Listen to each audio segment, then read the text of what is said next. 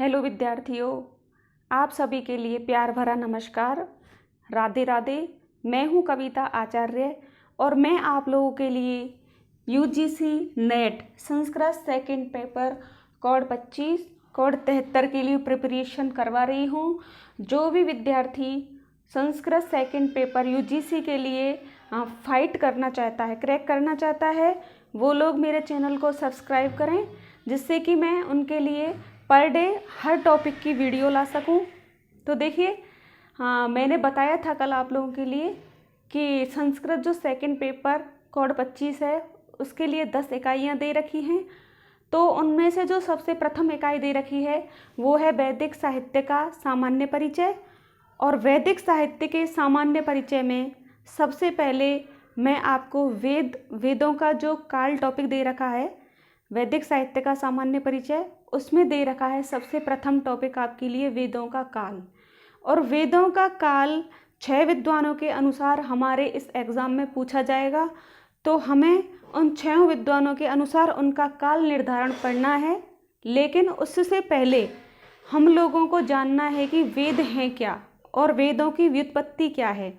तो पहले हम वेद शब्द की व्युत्पत्ति परिभाषा क्लियर करेंगे, उसके बाद हम अगली वीडियो में पढ़ेंगे वेदों का काल। तो सबसे पहले आज मैं आपको बताने वाली हूँ कि वेद क्या हैं। वेद जो हैं वो हमारी भारतीय संस्कृति में महत्वपूर्ण स्थान रखते हैं। भारतीय संस्कृति में सबसे प्राचीन होते हैं वेद, यानी कि सबसे पहले भारतीय संस्कृति में सबसे पहले अगर किसी का नाम आता है तो वो वेदों का नाम आता है, क्योंकि वेद हमारी भारतीय संस्कृति की आधारशिला हैं और सबसे प्राचीन जो ग्रंथ हैं वो वेद हैं। अब देखिए, कुछ विद्वानों ने वेदों को अपौरुषेय माना है। क्या माना है? अपौरुषेय। अब कुछ विद्वानों ने जब वेदों को अपौरुषेय माना है, अपौरुषेय का मीन्स होता है कि अपौरुषेय, यानी कि किसी भी पुरुष ने वेदों की रचना नहीं की है। ऐसा माना जाता है कि वेदों की रचना अपौरुषेय है, यानी कि वेदों की रचना किसी भी पुरुष ने नहीं की है। वेद जो हैं वो ऋषियों के दिव्य चक्षु के द्वारा आध्यात्म ज्ञान से प्राप्त हुए ग्रंथ हैं, यानी कि ऋषियों के दिव्य चक्षु से जो विमल राशि उत्पन्न हुई, जो दिव्य ज्ञान प्राप्त हुआ, वो वेद हैं, ऐसा माना जाता है। तो देखिए, कुछ विद्वानों ने वेदों का काल भी निर्धारण किया है। तो जो हमारे सिलेबस में हैं विद्वान, उनके अनुसार हम उनका काल निर्धारण पढ़ेंगे। तो वेदों को अपौरुषेय माना है। देखिए, वेद जो हैं वो हमारे रहन सहन, धर्म, संस्कृति आदि के बारे में हमें बताते हैं, यानी कि वेदों के माध्यम से ही हमें हिंदुओं की रहन सहन और हमारी भारतीय संस्कृति का ज्ञान प्राप्त हुआ है। वेद ही हैं जिनसे हमें हमारी संस्कृति, धर्म, कर्म सारा ज्ञान हमें किनसे प्राप्त हुआ है? वेदों से। देखिए, वेदों में जो वर्णित जो विषय हैं, वेदों में वर्णित जो विषय हैं वे स्मृति और पुराणों में मिलते हैं। अब देखिए, एग्जाम में ये एक क्वेश्चन बन सकता है आपके लिए कि वेदों में वर्णित विषयों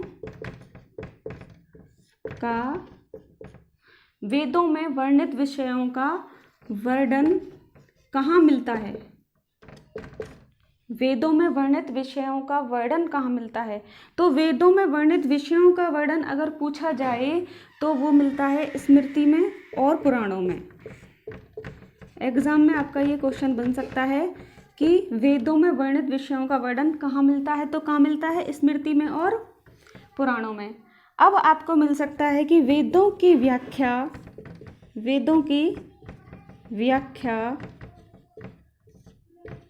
का वर्णन, वेदों की व्याख्या का वर्णन कहाँ मिलता है?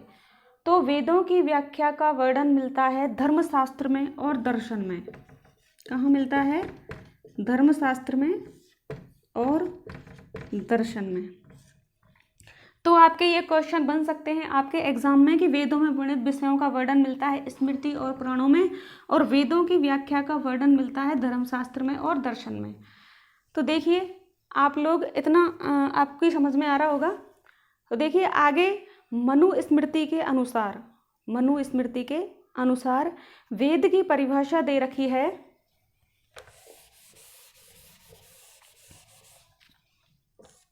मनुस्मृति के अनुसार वेद की परिभाषा दे रखी है, पितृदेव मनुष्याणाम, पितृदेव मनुष्याणाम वेद चक्षु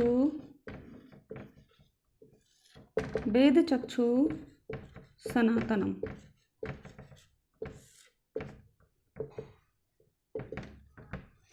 मनुस्मृति के अनुसार वेद शब्द की जो परिभाषा दे रखी है वो दे रखी है पितृदेव मनुष्याणाम वेद चक्षु सनातनम, यानी कि पितरों देवताओं मनुष्यों का, पितरों देवताओं मनुष्यों का सनातन चक्षु ही वेद है। क्या है? पितरों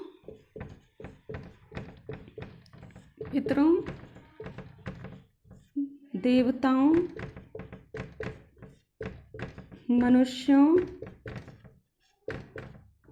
मनुष्यों का सनातन चक्षु ही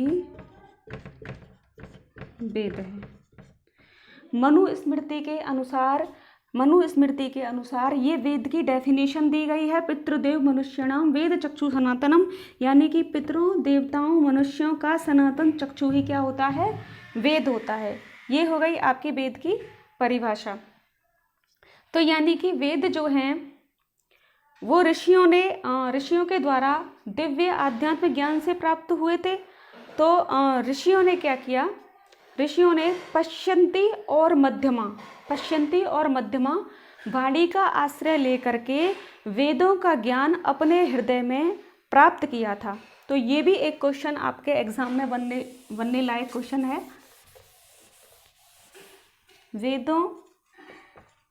वेदों का ज्ञान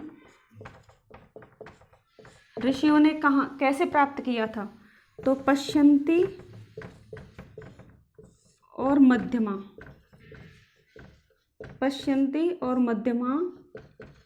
वाणी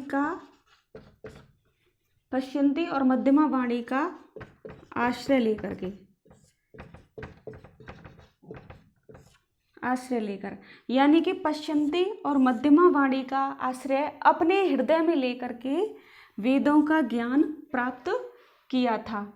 तो ये भी आपके पेपर में आने लायक क्वेश्चन है कि किस वाणी का आश्रय लेकर के, कौन सी वाणी का आश्रय लेकर के वेदों का ज्ञान अपने हृदय में ऋषियों ने प्राप्त किया था। तो कौन सी वाणी है वो? पश्यन्ती और मध्यमा वाणी। अब देखिए सेकंड आपका क्वेश्चन बनने वाला है, वो है वैखरी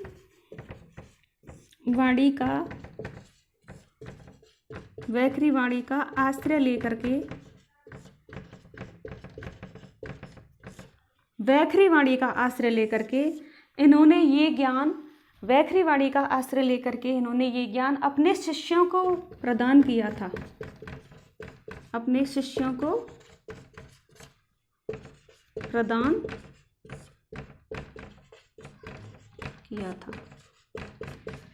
क्लियर है? अगला है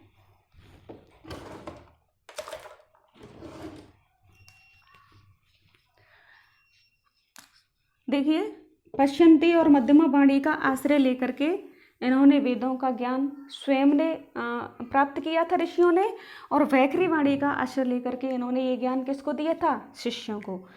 तो यहाँ तक आप लोगों को समझ में आ गया होगा कि कुछ महत्वपूर्ण पॉइंट्स हैं जो हमें सिर्फ याद रखने हैं। वेद जो होते हैं वो हमारी भारतीय संस्कृति में महत्वपूर्ण होते हैं। वेद सबसे प्राचीन ग्रंथ है, वेदों को अपौरुषेय माना जाता है। और फोर्थ पॉइंट है आपका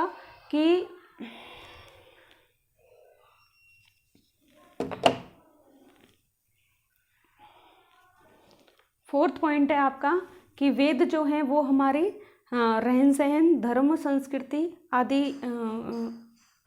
आदि को जानने का जो श्रेय जाता है वो वेदों को ही जाता है। और जो ऋषियों के दिव्य चक्षु और आध्यात्म ज्ञान से जो ज्ञान प्राप्त हुआ था वो वेद थे। और वेदों का जो ज्ञान है वो ऋषियों ने पश्यंती और मध्यमा वाणी का आश्रय लेकर के इन्होंने ज्ञान प्राप्त किया था, और वैखरी वाणी का आश्रय लेकर के अपने शिष्यों को ये ज्ञान प्रदान कराया था। इतना कंप्लीट ये वेदों के बारे में एक बेसिक नॉलेज है। यानी वेद क्या है, वेद क्या है। मनुस्मृति के अनुसार पितृदेव मनुष्याणाम वेद चक्षु सनातनम, यानी पितरों, देवों और मनुष्यों का जो सनातन चक्षु है वही वेद है। यानी कि हमारा जो प्राचीन समय है उसका दर्शन जो करना है तो वो वेदों के माध्यम से हम लोग करते हैं। यानी प्राचीन समय में क्या था, कैसा था, तो वो सारा अध्ययन हमें कहाँ से प्राप्त होता है, वेदों से। तो ये है हमारी वेदों का बेसिक परिचय। आगे हम पढ़ेंगे वेद की व्युत्पत्ति।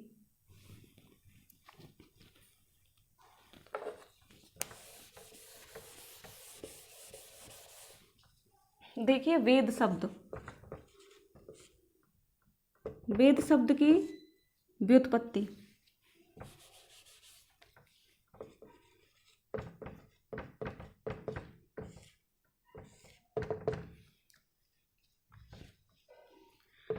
वेद शब्द की व्युत्पत्ति है विद ज्ञाने धातो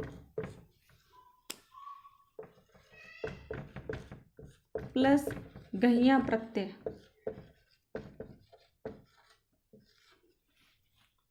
विद ज्ञाने यानी कि विद ज्ञाने धातु लगने पर और गह्या प्रत्यय लगने पर वेद शब्द की व्युत्पत्ति यानी वेद शब्द निष्पन्न होता है। अब विद ज्ञाने प्लस गह्ये, इसका अर्थ होता है ज्ञान या ज्ञान का संग्रह। तो वेद शब्द का अर्थ क्या होता है, ज्ञान का संग्रह। विद ज्ञाने धातु में गह्या प्रत्यय लगने पर इसका अर्थ होता है ज्ञान या ज्ञान का संग्रह। देखिए ये तो है इसकी सामान्य वेद शब्द की सामान्य व्युत्पत्ति। अब हम पढ़ेंगे पाणिनि व्याकरण के अनुसार। पाणिनि व्याकरण के अनुसार वेद शब्द, पाणिनि व्याकरण के अनुसार वेद शब्द को 4 अर्थों में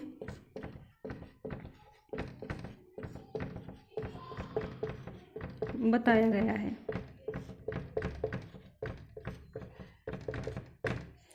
पाणिनि व्याकरण के अनुसार वेद शब्द को 4 अर्थों में बताया गया है। तो पाणिनि व्याकरण के अनुसार वेद शब्द को कौन कौन से अर्थ में बताया गया है देखेंगे हम। विद सत्तायाम,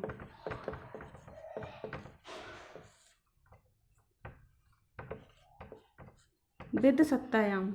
अब विद सत्तायाम ये धातु है और इसमें अगर हम लगाएंगे श्यन प्रत्यय, कौन सा प्रत्यय लगाएंगे, श्यन प्रत्यय, तो इसका अर्थ होता है होना। ठीक है।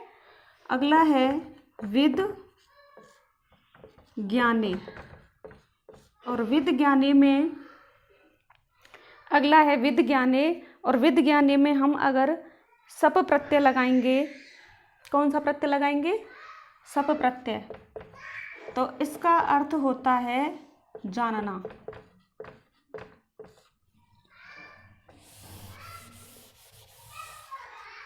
और विद विचारणे,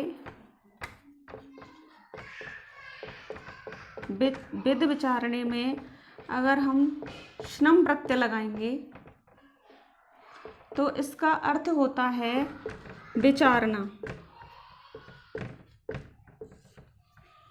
और अगला है विद लाभे, विद लाभे में अगर हम श प्रत्यय लगाएंगे तो इसका अर्थ होता है प्राप्त करना। तो इस तरह से पाणिनि व्याकरण के अनुसार 4 अर्थों में ये बांटा गया है, 4 अर्थों में ये बताया गया है, 4 अर्थों में पाणिनि व्याकरण के अनुसार बताया गया है। विद सत्तायाम, स्यन धातु लगाने पर इसका अर्थ होना होता है। विद ज्ञाने में सप प्रत्यय लगाने पर इसका अर्थ जानना होता है। विद विचारणे में श्रम प्रत्यय लगाने पर इसका अर्थ विचारना होता है। और विद लाभे में श प्रत्यय लगाने पर इसका अर्थ प्राप्त करना होता है। यानी कि हमारे एग्जाम में इन चारों में से वो पाणिनि व्याकरण के अनुसार भी पूछ सकता है। तो हमें चारों का अर्थ और प्रत्यय के साथ हमें याद रखना है, पेपर में कैसे भी आ सकता है। तो ये हो गया पाणिनि व्याकरण के अनुसार। आगे है ऋक् प्रतिसाख्य। ऋक् प्रातिसाख्य ये एक भाष्य है। ऋक् प्रातिसाख्य क्या है? एक भाष्य। और ऋक् प्रातिसाख्य के लेखक हैं विष्णुमित्र। कौन है इनके लेखक? विष्णुमित्र। ऋक् प्रातिसाख्य में विष्णुमित्र के अनुसार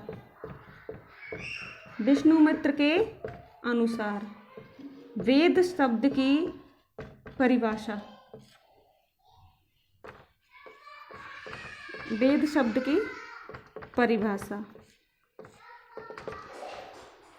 तो ऋक् प्रातिसाख्य में विष्णुमित्र के अनुसार वेद शब्द की परिभाषा है विद्यन्ते, ज्ञायन्ते, लभ्यन्ते, एवि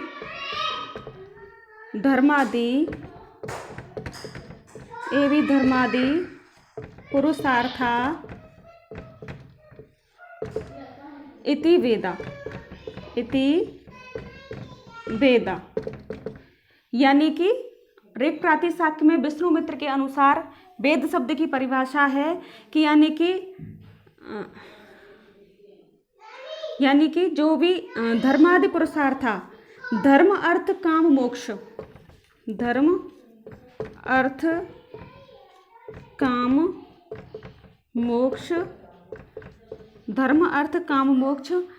इन चारों जो पुरुषार्थ हैं इनकी प्राप्ति जो होती है वो क्या कहलाते हैं? वेद।